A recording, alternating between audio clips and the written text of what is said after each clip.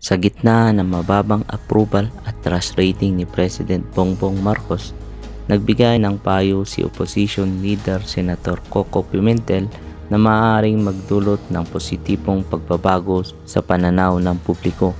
Ayon kay Pimentel, ang isang hakbang na maaaring gawin ni PBBM upang mapabuti ang kanyang ratings ay ang pagbaban ng Philippine Offshore Gaming Operators o POGO sa bansa. At dapat itong banggitin sa kanyang nalalapit na State of the Nation address. Sinabi ni Pimentel na ang POGO ay nagdudulot ng iba't ibang issue sa Pilipinas, kabilang ang kriminalidad, paglabag sa mga regulasyon at negatibong epekto sa ekonomiya. Dagdag pa niya, kung talagang seryoso ang administrasyon sa pagsugpo ng kriminalidad at pag-unlad ng ekonomiya, dapat nilang isaalang-alang ang pagban ng POGO. Ang pagbaban ng POGO ay nagpapakita ng determinasyon ng administrasyon na unahin ang kapakanan ng mga Pilipino. At kung ipapakita ni PBBM na handa siyang gumawa ng matapang na desisyon para sa ikabubuti ng bansa, tiyak na tataas ang tiwala ng mga tao sa kanya. Hinimok din ni Pimentel si PBBM na gawing pangunahing bahagi ng kanyang SONA ang anunsyo ng pagbaban ng POGO. Ito ang pagkakataon niya na ipakita na hindi lang siya salita kundi gawa. Dagdag niya, ang mga pahayag ni Pimentel ay nagdudulot ng malaking interes at pag-asa mula sa publiko na umaasang makikita ang tunay na pagbabago sa ilalim ng administrasyon ni PBBM. Sa iyong opinyon, ano nga ba ang dapat gawin ni PBBM para tumaas ang kanyang approval at trust rating? I-comment mo lang ito at ating pag-uusapan. At kung bago ka lang sa ating channel, huwag kakalimutang mag-subscribe at i-click ang notification bell para maging updated sa mga balita sa ating bansa. Gusto kong magbigay ng reaksyon sa mga pahayag, mga advice ni Senator Coco Pimentel kay Pangulong Marcos Jr. Opposition leader ito, supposed to be, binabatikos niya ang administrasyon. Kaya lang, ito ngayon, nag-ibang tono. Parang lumalabas na naaawa na siya sa Pangulo. Dahil napakababa na ang rating ng Pangulo. Yung pinakaletes, na lang, 33% na lang ang kanyang trust rating, 44% ang approval. Wala na. Very poor. Hindi na good, hindi katulad ni PRRD noon, excellent So ito sa interview sa DZBB nagbigay ng political advice. Nag-volunteer na political advisor itong Senator Pimentel kay Pangulong Marcos. So, dito sa nalalapit na SONA, pag ganito, pag i-announce ng Pangulong Marcos ang bagay na ito, nako, sigurado tataas ang kanyang rating. So, ano yung makakapataas sa rating ng Pangulo?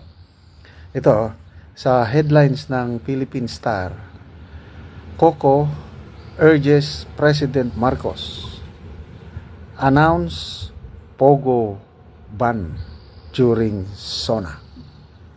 Ayun. Yan ang advice ng opposition leader sa Pangulo. Total ban mo na, Mr. President, ang POGO at sigurado pataas ang iyong lugmok na rating.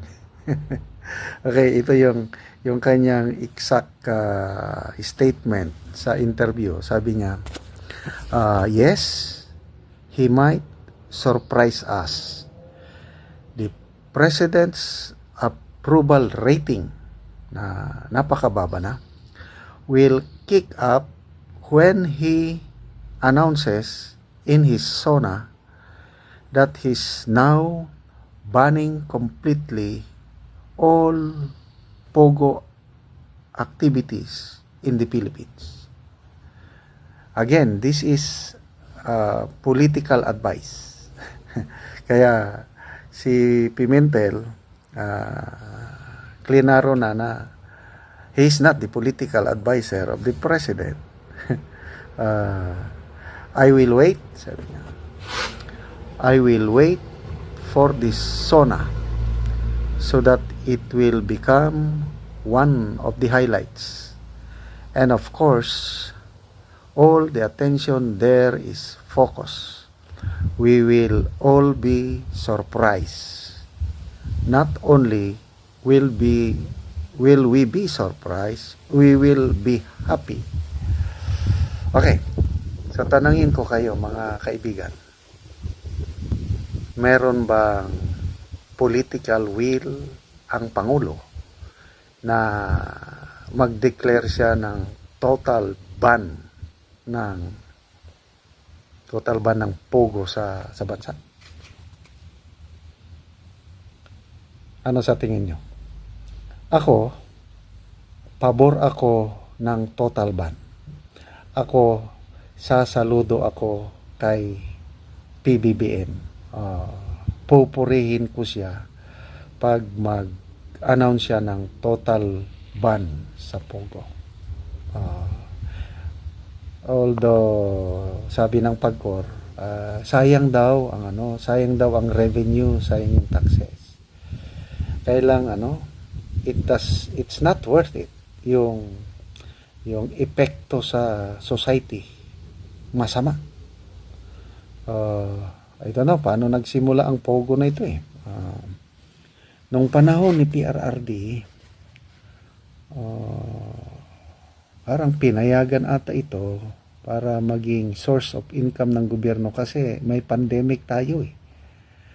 So yes, I understand kung ganun, sige na lang para source ng income. Kailang ito panahon ni PRRD, halos lahat ng Pogo lisensyado. Mabuti nga lang at itong si Thinking Pinoy, nagkaroon siya ng programa sa government TV station. At in-interview niya ang isang PAGCOR official. Nako, doon na booking ang kapalpakan ng Marcos administration. Okay, sa interview ni Thinking Pinoy sa PAGCOR official, inamin ng PAGCOR na nung una, lisensyado lahat. 428 ang lisensyadong Pogo panahon ni PRRD.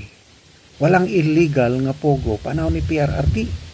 So lahat sila nagbabayad ng karapatang taxes.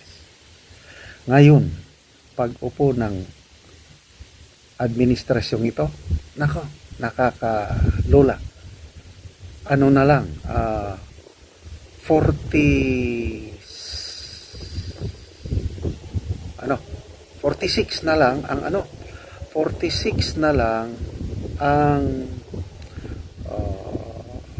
46 o 26 na misplace ko mapagbalik tayo. 26 na lang or 46 ang nag-renew ng kanilang mga lisensya. So all the rest 402 illegal na. Kaya ang sabi ng PAGCOR na parang masyado nang matapang ang mga Pogo operators na mag-operate sila kahit illegal. So anong ibig sabihin nun? Ang dami 402. Diba ang ibig sabihin nun, may backer sila, may matataas na opisyal ng gobyerno na saligan o nagproprotekta sa kanila kaya nakaka-operate na kahit walang lisensya. Panahon ni PRRD, may lisensya lahat yan. So, kaya balik tayo sa tanong, kaya ba ng Pangulo na itotal ban ang Pogo? O baka naman mamaya meron lang bubulong sa kanya o may sisigaw na, hindi! Huwag mong iban! Oh, yes po, hindi ko iban. So, agree ako dito kay Senator Pimentel. It's a wise political move pag magkaroon ng total Pogo ban. Dahil maraming nawawasak na pamilya, maraming ills of society na nakrecreate dahil itong Pogo na ito. Grabe yung nangyayari dyan sa Pampanga, sa Bulacan. Okay, narinig ko, nagsalita si PGMA, Congresswoman P. Hindi na ako masaya, sabi niya, na nadungisan ang dangal ng aming probinsya dahil kasi sikat yung Porac, Pampanga ba yun? Yung so ang Bulacan naman, ito ang magandang Bulacan. Nagpasa sila ng ordinance, yung provincial government, banning all Pogo operations sa probinsya. Sino bang governor ng Bulacan? Yun ang may political will. Ibig sabihin, walang sinasanto, walang komisyon, walang kita, wala. Wag kayong magpogo sa aking probinsya. Yan ang sabi ng provincial government. So, paano? Ito nababasa ko lang. May isang cabinet secretary na protector daw ng Pogo. Nababasa ko lang sa mga comments. Alam nyo naman siguro. Good luck sa ating Pangulo sa kanyang sona. Baka sakaling itotal ban niya ang Pogo, ulitin ko. Papalakpak ako, sasaluduhan ko, pupurihin ko kung mayroon na siyang political will. Yung sundin niya kung ano ang tama na iban. Kailang kung makinig siya sa advice ng mga iba dyan at sige lang, despite sa kaliwat kanan na problema sa Pogo, ituloy pa rin. Wala. Weak leader talaga.